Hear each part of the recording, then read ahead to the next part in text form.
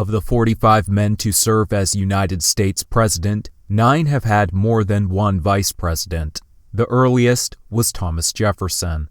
When Jefferson was elected in 1800, his vice president was Aaron Burr. Burr did serve out a full term as vice president, but wasn't renominated as Jefferson's running mate in the election of 1804.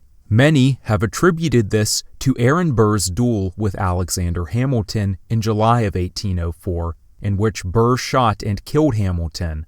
But this wasn't actually the reason. Burr had virtually no chance of serving a second term since the moment he was elected. Thomas Jefferson never liked or trusted him, practically ignored him during their time serving together, and continually limited his power.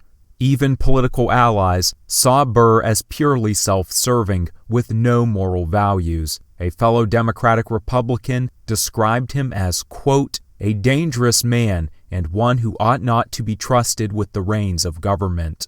Therefore, Burr was replaced with George Clinton, a prominent war hero, statesman, and the governor of New York.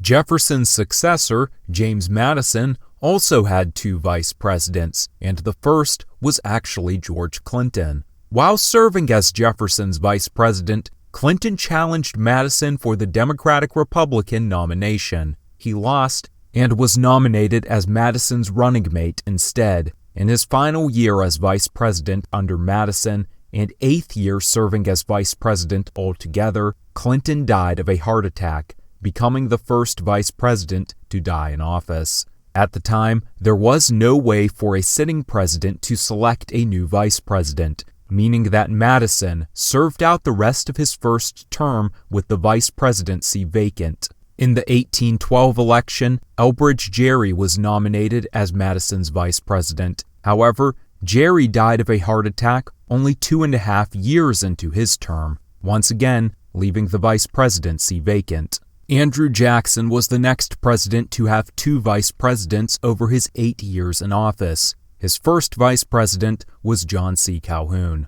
Like Aaron Burr, Calhoun was doomed to serve only a single term under Jackson almost from the start. Both Calhoun and Jackson were very strong and dominant personalities with conflicting opinions on major issues. The Petticoat Affair, a dispute between Calhoun's wife and the wife of Jackson's Secretary of War, broke out in the first year of Jackson's presidency. It was personal, bitter, and political, and quickly turned Calhoun and Jackson against each other. In 1832, the nullification crisis furthered their divide. Things turned so bitter that, in December of 1832, Calhoun resigned, but even if he didn't, he still wouldn't have served a second term under Jackson. Calhoun hadn't been renominated as vice president during the Democratic National Convention earlier that year. Instead, the convention selected Martin Van Buren. Unlike Calhoun, Van Buren was a Jackson loyalist through and through. He'd been Jackson's Secretary of State, but was also a close ally and friend who helped Jackson in founding the Democratic Party. After serving out a full term as vice president, Van Buren was elected to the presidency with Jackson's full endorsement. During Abraham Lincoln's first term, his vice president was fellow Republican Hannibal Hamlin. Hamlin had been picked to provide regional balance, as he was from Maine and Lincoln from Illinois, and he was selected for political balance, as Hamlin was a former Democrat.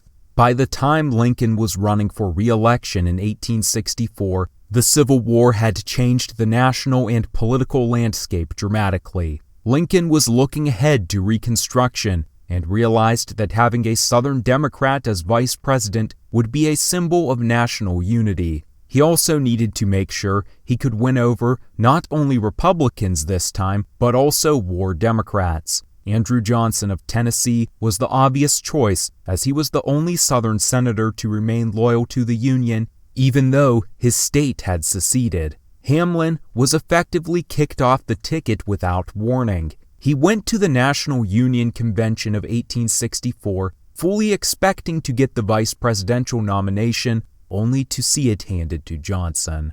While Hamlin and Lincoln had a good working relationship, they were never close, and As was custom at the time, the vice president wasn't part of the cabinet nor involved in executive decisions or meetings.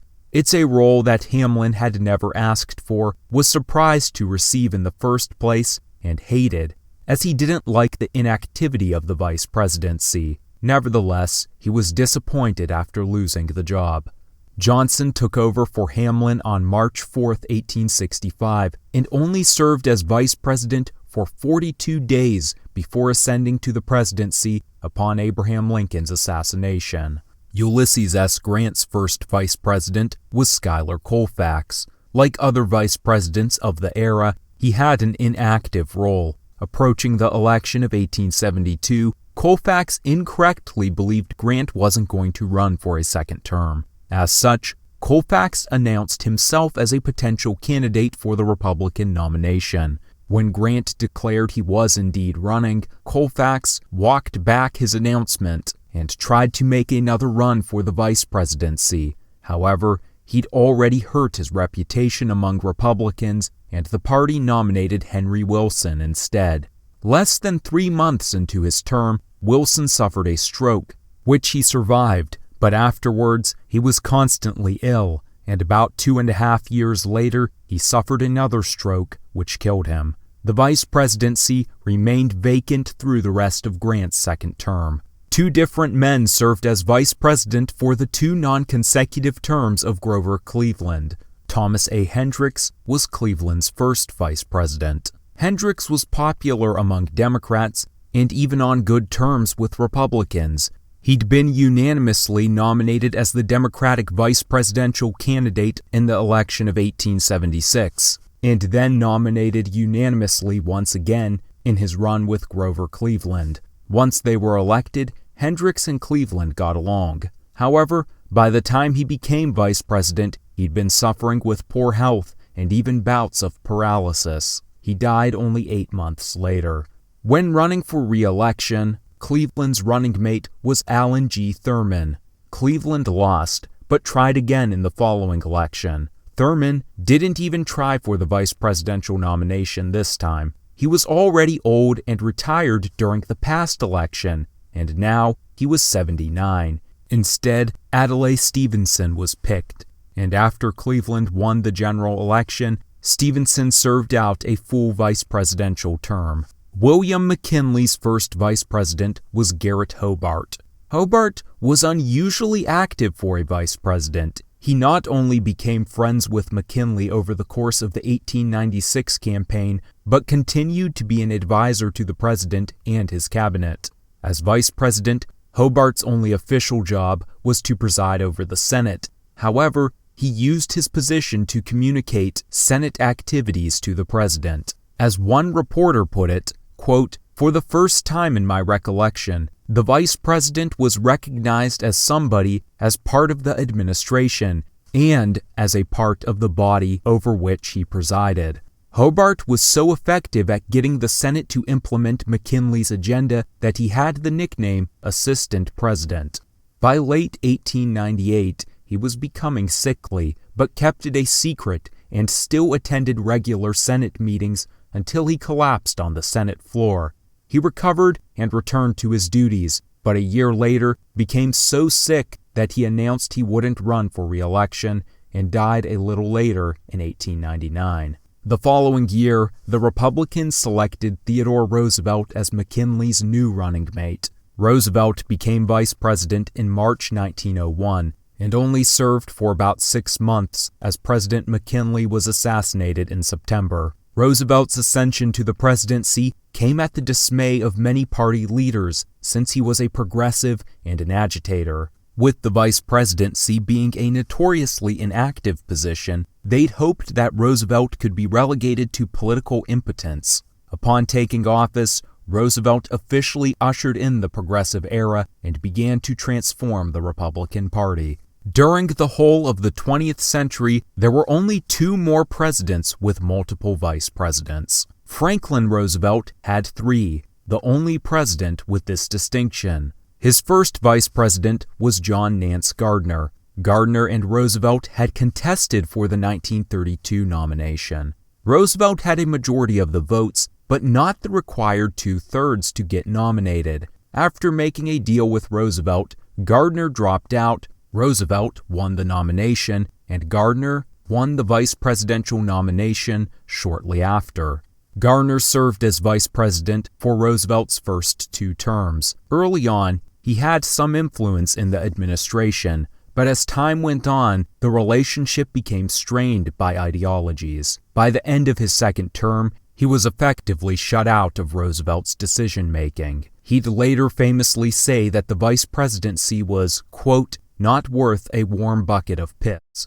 In 1940, Gardner, who initially didn't believe Roosevelt was going to run for a 3rd term, made his own try for the Democratic nomination. However, Roosevelt's surprise call for renomination at the 1940 convention ensured no one else had a chance, including Gardner. With Gardner out of the question as the vice presidential pick, Roosevelt pressured delegates to cast their vote for Henry Wallace, a former member of the Progressive Party and the Republican Party before that, who'd only recently turned Democrat. Wallace was never popular with the conservative wing of the party, and by 1944, the conservatives had managed to swing the nomination to a more moderate candidate, Harry S. Truman. Truman was virtually a nobody on the political stage compared to the likes of Roosevelt, Wallace, or Gardner. No one was enthusiastic about Truman being vice president, least of all Roosevelt, followed by Wallace, and not that far behind, Truman himself, who'd never actively sought the office. He was simply a compromise candidate. As vice president, Truman didn't have the same kind of involvement or responsibilities that Roosevelt had entrusted Wallace with. Truman wasn't even aware of the atomic bomb's development. However, after only 82 days of being vice president, Truman was thrust into the presidency after Roosevelt's death. Later, when Truman ran for a full term of his own in 1948, Henry Wallace contested him in the general election as a member of the Progressive Party, but to no avail. Richard Nixon's first vice president was Spiro Agnew. Agnew served out a full term with Nixon and even won re-election. However, early in his second term, Agnew resigned following charges of felony and tax evasion. The vice presidency was left vacant for only 2 months. The 25th Amendment to the Constitution, passed in 1967, now allowed for a sitting president to fill vice presidential vacancies. Thus, Richard Nixon nominated House Minority Leader Gerald Ford. Ford's vice presidency was only 8 months long until ascending to the presidency upon Richard Nixon's resignation. Since Richard Nixon, every president has only had a single vice president. This is even more remarkable considering since Nixon, there have been 4 two-term presidents, and each had the same vice president for the full 8 years. To put this into perspective, most presidents who were elected twice, such as Madison, Lincoln, Cleveland, or McKinley, didn't retain the same vice president for their second term.